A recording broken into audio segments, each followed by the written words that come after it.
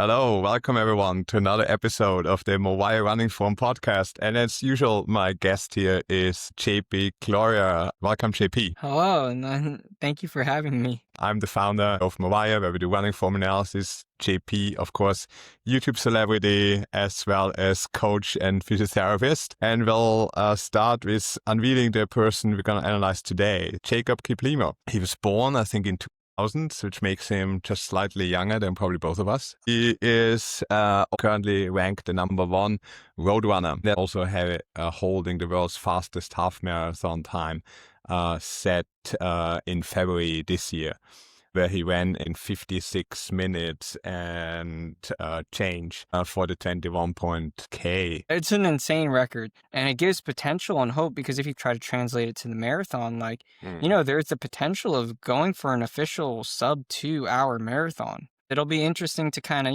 we've talked about run analysis. It'll be interesting to apply it to a runner and grab, what is practical advice we could grab from a world-class runner? Today, the footage we'll be looking at was actually shot in 2022. He was running a half marathon, yet at the same time, he set the world record for the fastest 15K. His kilometer splits at that race were 2:45. So yeah, let's get right into it. We'll be looking at this video.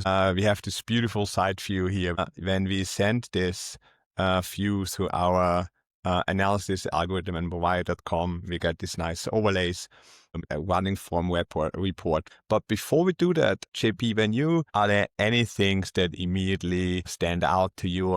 I think a common denominator in elite runners, especially in this scenario, is just how smooth and coordinated the movement is, right?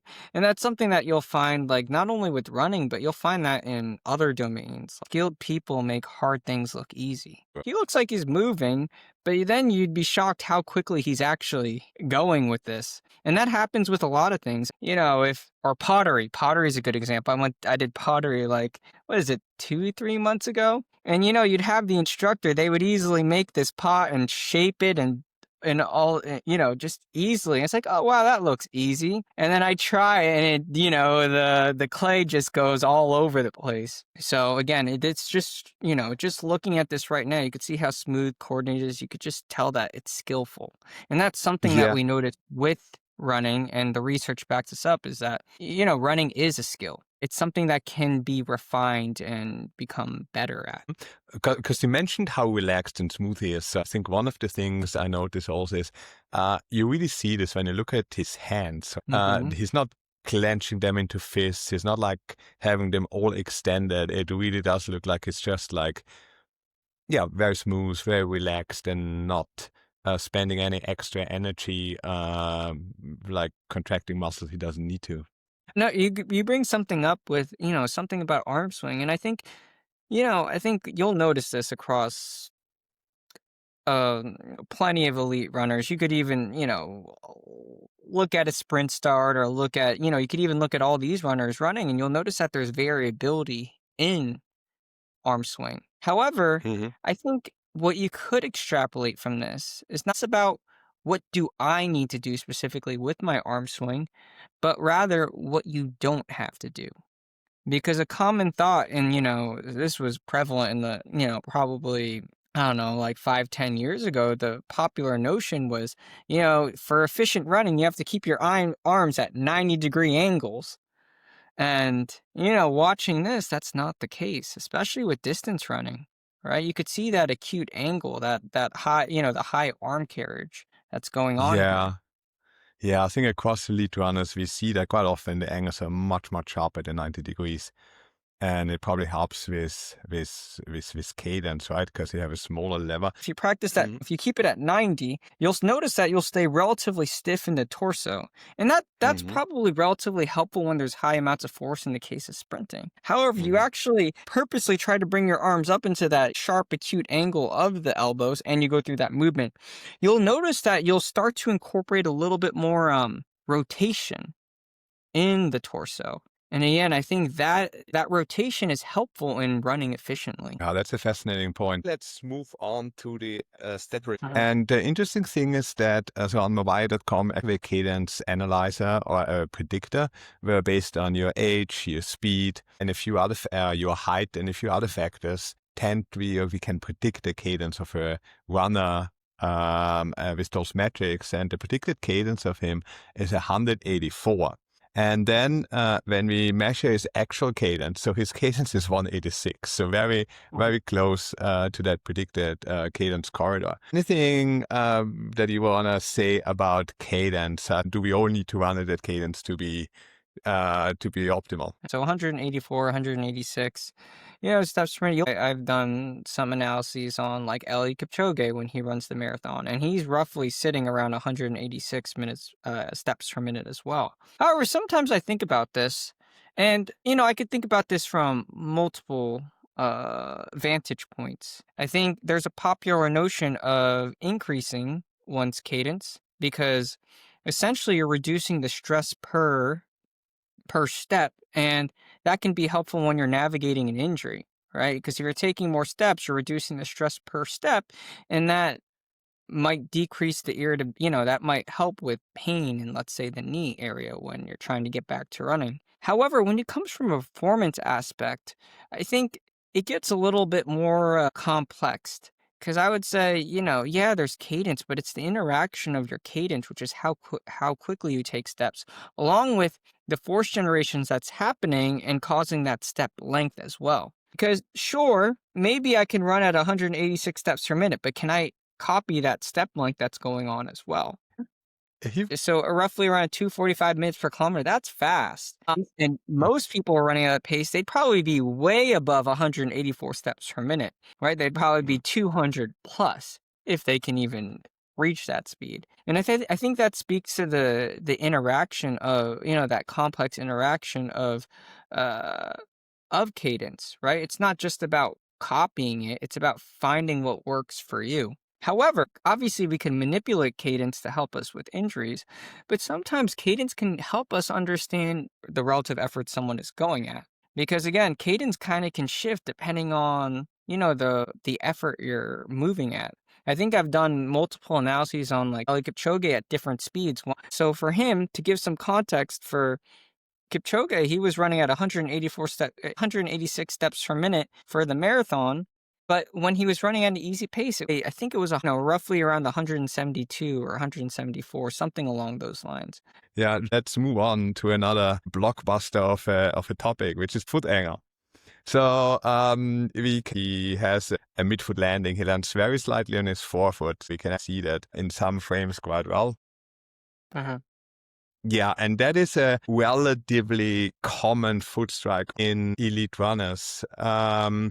Do you have anything here that is special or different about Kiplimo, or again, how would that apply to an everyday athlete? Your foot strike pattern does matter, right? But I think people take it a little too far. So with foot strike pattern, I think about it as force distribution, right? If you land more around the forefoot area, it'll place more pressure and stresses on the calf ankle complex. If you land closer to the heel region, it kind of places less pressure into the calf ankle complex, but more into the knee. So you could think about it from that view. People will say heel strike is bad, but I think people lump it with overstriding, which is something that we'll probably talk about a little later in this podcast. He's presenting more with a mid to forefoot strike right around there. And I find that like runners in general is as you run at higher efforts or faster speeds relative to yourself, you tend to adopt more of a mid to forefoot strike. It basically shifts toward the balls of the feet. And as you run a little slower, right, for,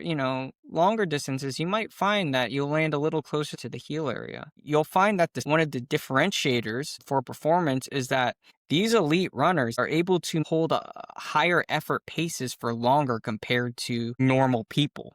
Essentially, a good example of putting this together is if I was, running fast enough to run around my forefoot, would I actually be able to maintain that pace for even 13.1 miles or, 20 kilometers? Maybe not. Yeah, that's the difference between running 160K a week and the occasional 5K, I guess. The next aspect is lean. And this forward lean is, again, in a very typical range for elite runners of about 4 to 5 degrees at mid stance. Another thing that's quite interesting is how little his lean actually changes, right? His body doesn't seem to be moving, let's say, forward and backward much compared to some of the other runners there. You'll find that it'll could change depending on the terrain, right? I think we could establish that first. If you're going uphill, it's very common to see people move into more of a forward lean, more of a hinge type pattern. But if someone's going down steep terrain, you'll find that there'll be more of a backward lean. With this, sometimes you want to look at this and you'll see that Kenyan runners have this just nice, gentle lean forward. It's not like they're bending forward. Their whole body is almost leaning forward from the ankles. Why is that? What is the advantage there? When you think about this, you could practice if you stand up and you lean forward a little bit. You could do this against the wall, right? Standing in front of a wall, put your hands on the wall, and keeping your feet on the ground, lean forward. And then see, like, what do you feel? And typically, what you'll end up feeling is a little bit of a stretch around that calf ankle complex, like the Achilles. Lean basically loads up the Achilles tendon and posterior chain, essentially. And remember, running is a form of energy storage and release. So if you're able to stretch it, you're able to store more energy, and that's more potential to generate more force moving you forward during the propulsion phase. Is Something interesting is it's always a balance, right? So we talked about that slight gentle lean causing a little bit of a potential energy stored, especially in the Achilles area and posterior chain to move you forward.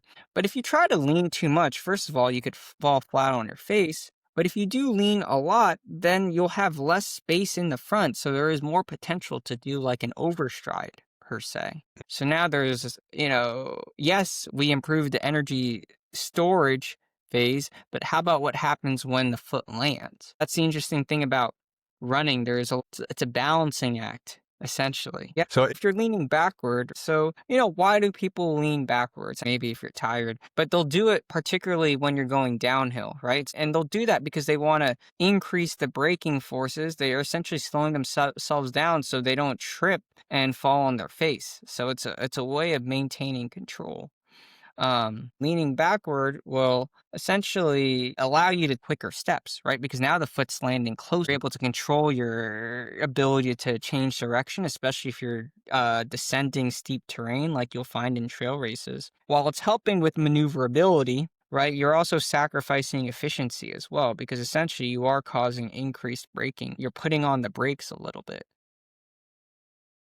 So if you're leaning backwards when you run downhill because you want to increase braking forces. So that might not be the optimal way to run when you want to go forward fast on a flat surface. Okay, so what's already quite easy to see from this footage here is that he's not overly bending forward. He carries his head right above where it should be. Sometimes this is a bit different from people who tend to sit a lot. And I guess as a physio, you might also be confronted with some runners having different posture issues. This kind of comes to what works for you, right? Because a lot of people look at this and say, how can I make him more optimal? How can I do this, right? But I think always the first thing that should always happen, the priority isn't to fix something right away. It's to understand, well, why are they moving that way? A good example is, if I'm watching him and let's say he's almost leaning forward, he's almost sitting in the saddle, as people will like to say, if there's like an excessive hip hinge forward with the hips a little bit back and the torso forward, someone will immediately try to fix it. However, the first thing you need to understand is, well, why are they doing that? Well, in a lot of scenarios, why that may happen is they have actually pain when going into an upright torso, probably from the spine, and that's what's causing them to lean forward. So, this is where this next decision goes is maybe rather than trying to fix it and causing more pain, maybe we need to address the irritability in the lower spine. And then things will come together. The first important thing is to understand the runner, because sometimes there's habits that may need to be addressed. But sometimes if you address the root problem, then the body will recalibrate itself to move into a more efficient running form. In earlier podcasts, you were also talking about enabling or building the capacity of runners to actually maintain a certain running form before you actually force that correction, which might just cause another injury. So I guess that's consistent with your line of thinking there. The next thing we could talk about is his step pattern. So we measured the maximum shank angle, so we see how far he swings his leg forward, which he does to quite a large extent, yeah, especially compared to non-elite runners. He has a very big leg extension.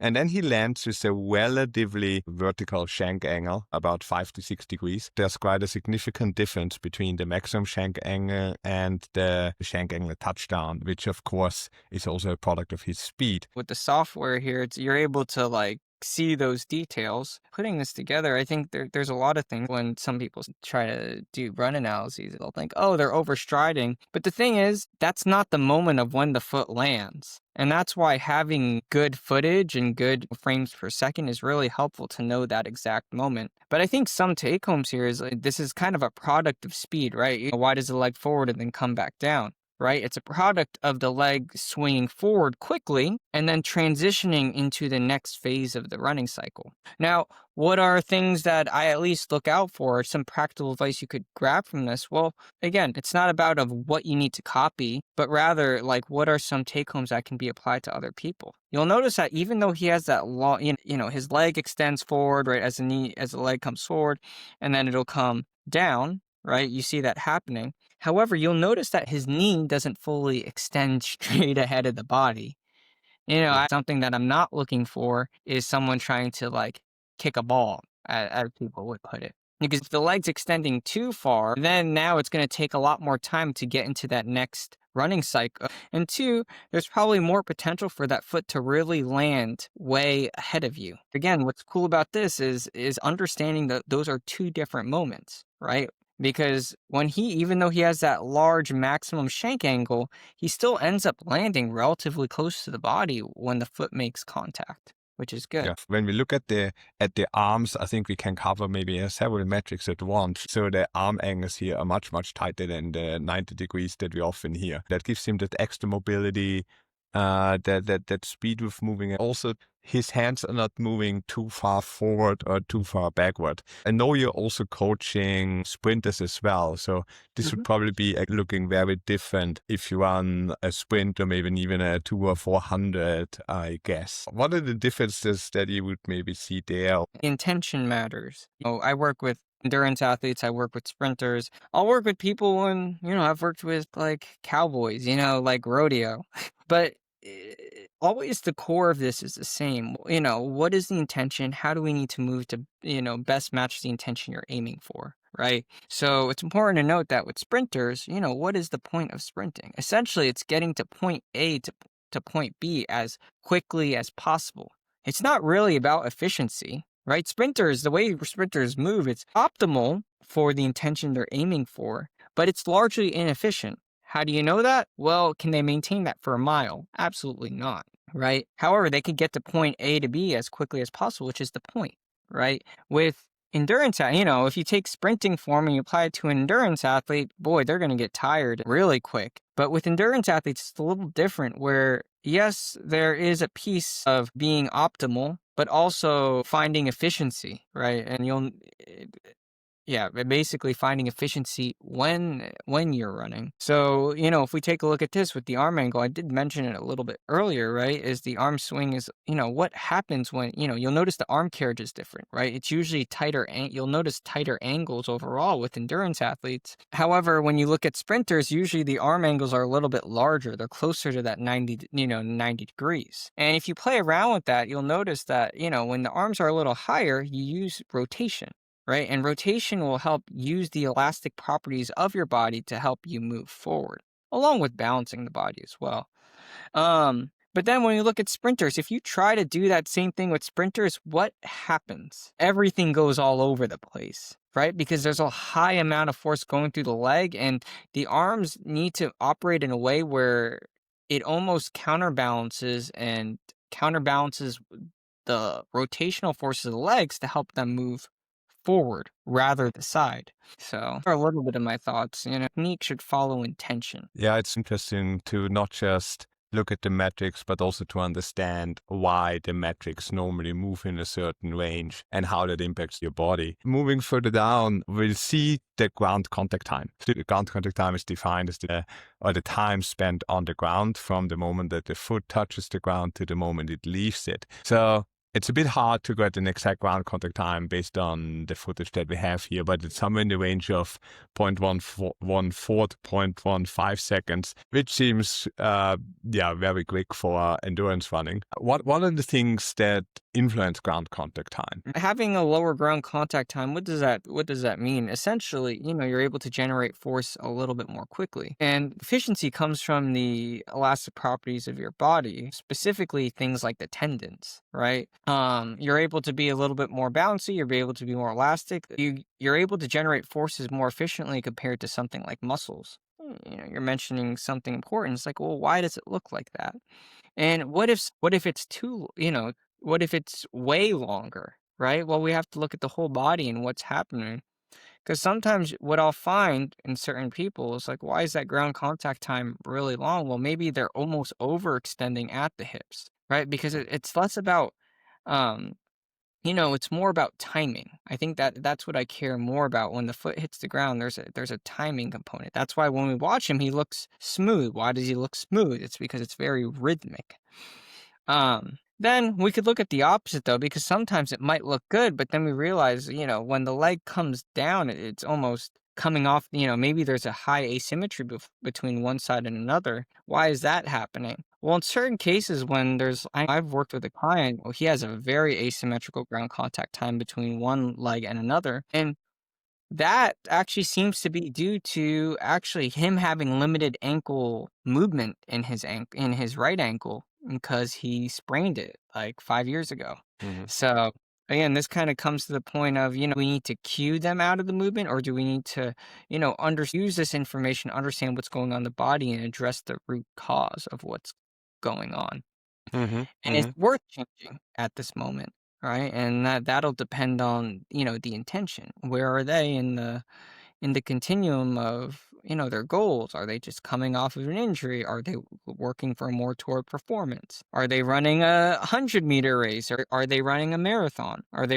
So yeah, it's important to understand these things when just navigating both performance and injuries. You already mentioned a couple of times how smooth he is, right? One of the things that also caused that smoothness is how much he bounces up and down. It's very hard to get an accurate measurement for this because the footage was recorded from a motorcycle. But even with all of that, it's less than 6% of the body height. How critical is vertical oscillation? Is that something that you normally look at? Right. You want less bounce because that would mean that you're generating more force moving forward rather than up and down. However, that's, theoretically true. However, the bounce is important. I think you still want some bounce because the bounce is actually important to help store energy into the posterior chain like the Achilles and therefore move you forward. That's why, it's easier to run versus like, let's say walking. You can't run at the same, you can't typically walk at the same speed you run. With running, you're able to utilize those elastic properties of the tendons much more efficiently. So again, having some vertical oscillation, but obviously if there's a lot of it, well, why is that happening? And is it coming from more using the quad? That would happen. If you're using more quads, that's expensive to use muscles to try to move you forward. But also it's kind of just moving you more so up and down. Yeah. We could talk about, the idea of quad dominance and why I don't like that term. Let's go right down the quad dominance rabbit hole now that you opened it. Well, because Mhm. what ends up happening when people think, oh, quad dominance or glute dominance, I think there's some truth behind it, which is, again, you Mhm. want to minimize vertical, you want to generate forces to move you forward rather than upward. But when you say the term quad dominant, let's say, oh, you're a quad dominant runner, what does that person do based off of that feedback? Well, oh, my quads are too dominant, so I'll work on strengthening the hips. That's great. That's not a bad idea. But then they start neglecting the quads because they're too quad dominant. right? And I think that that's a shame because just being Mm. stronger overall is helpful. You don't want to neglect the quads. The quads aren't the enemy. So that's the reason I don't like using the term quad dominance to define someone's running, because usually there's a negative connotation behind it. And typically people end up getting afraid to load up their quads because they don't want to make it too strong, Mm. which is typically not the case. And then they open up another issue of being weak there. We've covered a lot of topics now. I'm going to look at Kiplimo from behind. The video footage is not great. He seems to have quite a stable hip, which moves a little bit, but not too much. I remember you saying that like you don't want a perfectly stable hip because it could be indicative of something else. At the same time, what are potential issues associated with a larger hip drop? Or what is a hip drop? Maybe let's start with that. Right. And contralateral pelvic hip drop, what does that mean? It means that when you land on that leg and the leg travels under you, and that moment would be called the mid stance phase, that the hip would drop on that opposite side. Now, why does it happen? I think some hip drop, people always demonize it. Oh, look at that hip drop, you should have none of it. But I find if there should be some type of drop.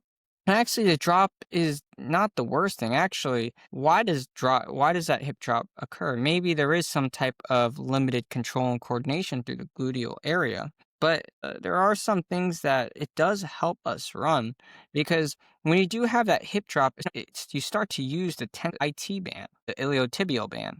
And people think, oh, that's a bad thing. But actually, it's a second. We talk about the Achilles being the most dominant in terms of as energy storage and release when it comes to running. But second is the IT band, actually. And having some form of drop actually puts a little bit of stretch on that IT band, and that can be potential energy to help you move, to stabilize and move you forward as well. But obviously, I work with people with injuries as well. So in the case of people that have IT band, iliotibial band pain or irritability, which would typically happen on the outer aspect of the knee, maybe we don't want to use that strategy.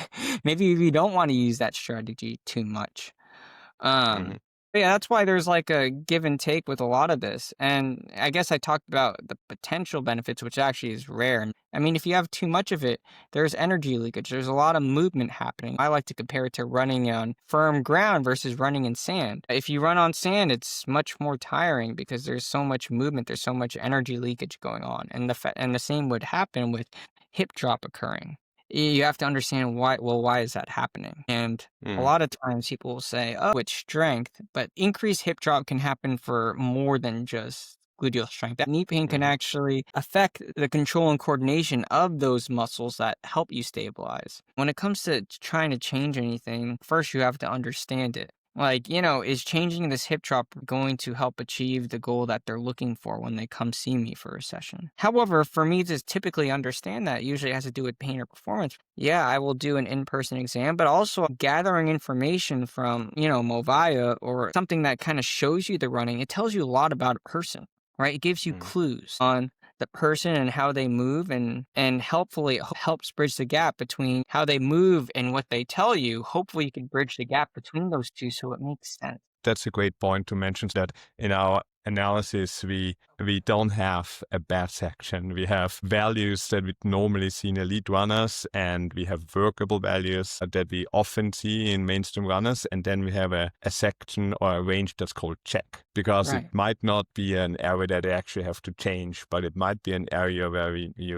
you're experiencing issues or you want to work on your form, maybe you want to talk to someone who really knows you well as a runner and has a medical background. It's a great tool to understand. These are areas where I can learn more about my running from. Right. I really appreciate the descriptions. It is explaining the nuance of things. Because, some people are so overconfident with, oh, this is bad, or oh, this is the best. It's just interesting. Those overly confident people think they know everything about running technique and stuff. They say, oh, yeah, this is the best thing or whatever. And then I'll actually attach some of the lab equipment on the person. And they'll cue them to do these optimal things and realize they're maybe not so optimal. And everyone seems to know how elite runners move. And then when you actually apply the data to it, it's like, yeah, what you're cueing doesn't actually help the runner, actually makes things worse.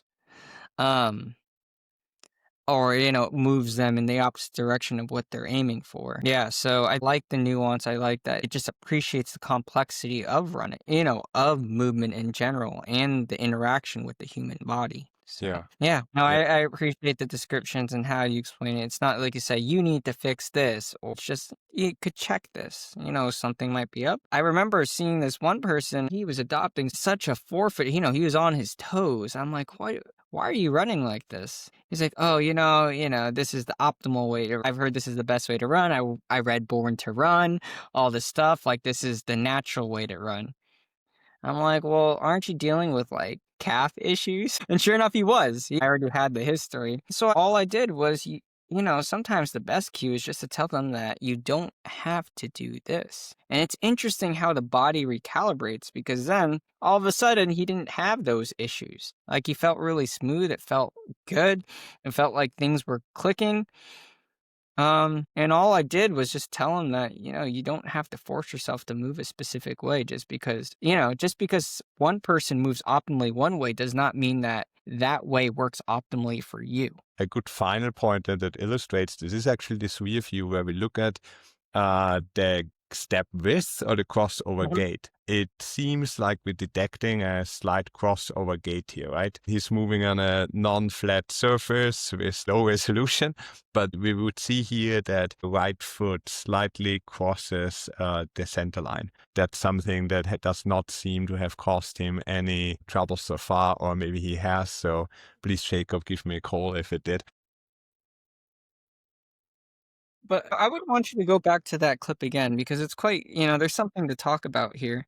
Because, yeah, sometimes with crossover, why does that matter, right? Because let's say if someone's dealing with outer knee pain and they present with crossover, maybe you want to widen the step so that actually reduces stress on the outer knee and can potentially have them running without pain. Now, the reason I want to look at this clip is, again, when I think of things, I like to think of the context. I like to think about I like to think about the person, but I also like to think about the environment around them. And this is a common thing, actually. So what happens, and this happens with trail runners, if you get footage of them running, especially in the natural habitat, right, is they'll present with like a narrow step width. So they'll have some crossover. And people will immediately say, oh, it's because they have weakness in the hips. Well, if you watch the context, and because this will happen quite a bit, is it'll naturally happen if you're running on a very narrow surface, like single track. The feet will kind of land one step in front of the other. And that's why it's not because of weakness, it's because they're on a single track trail. But if you put them on the road, it kind of,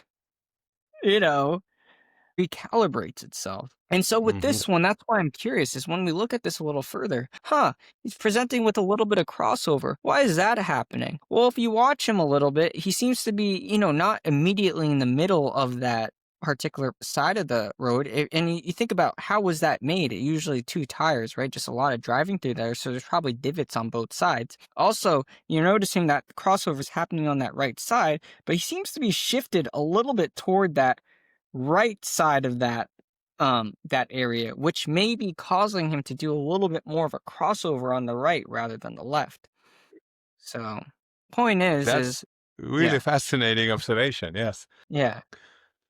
I think that's a great example. As you said, context matters, and it's important to keep these things in mind, to not draw the wrong conclusions, and to check the wider picture. Wow. Okay. So that was very cool. Yeah. So I think today we had a fairly quick but extensive, right, overview of just one runner. Maybe to summarize, we looked at a pro runner here, like the best road runner in the world. Somebody watching this video who is not the best road runner in the world. What should they or should they not do? What works for you might not work for someone else. And I think that's important to realize, because a lot of people will try to copy these elite athletes. And I think there's a lot to take from it, for sure. But just because they run like that and that works for them does not mean it works for you. And I think there's a thing where I think there is things to gather where you could learn. As we talked about, there are certain things that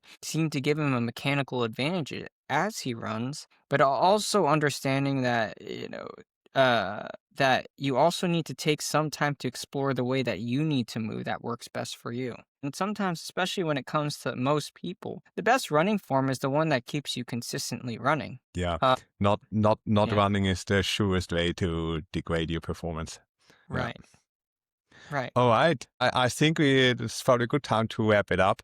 What I'd love to do is, if you're listening or watching this and you would like us to look at your own running form, make sure to go to movaia.com/podcast and let us know. If you want your own running form analysis done, you can also just go to movaia.com and get the running form analysis there.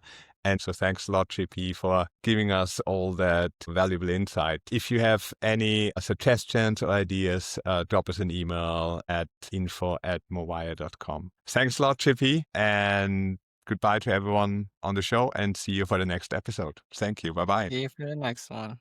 Take care.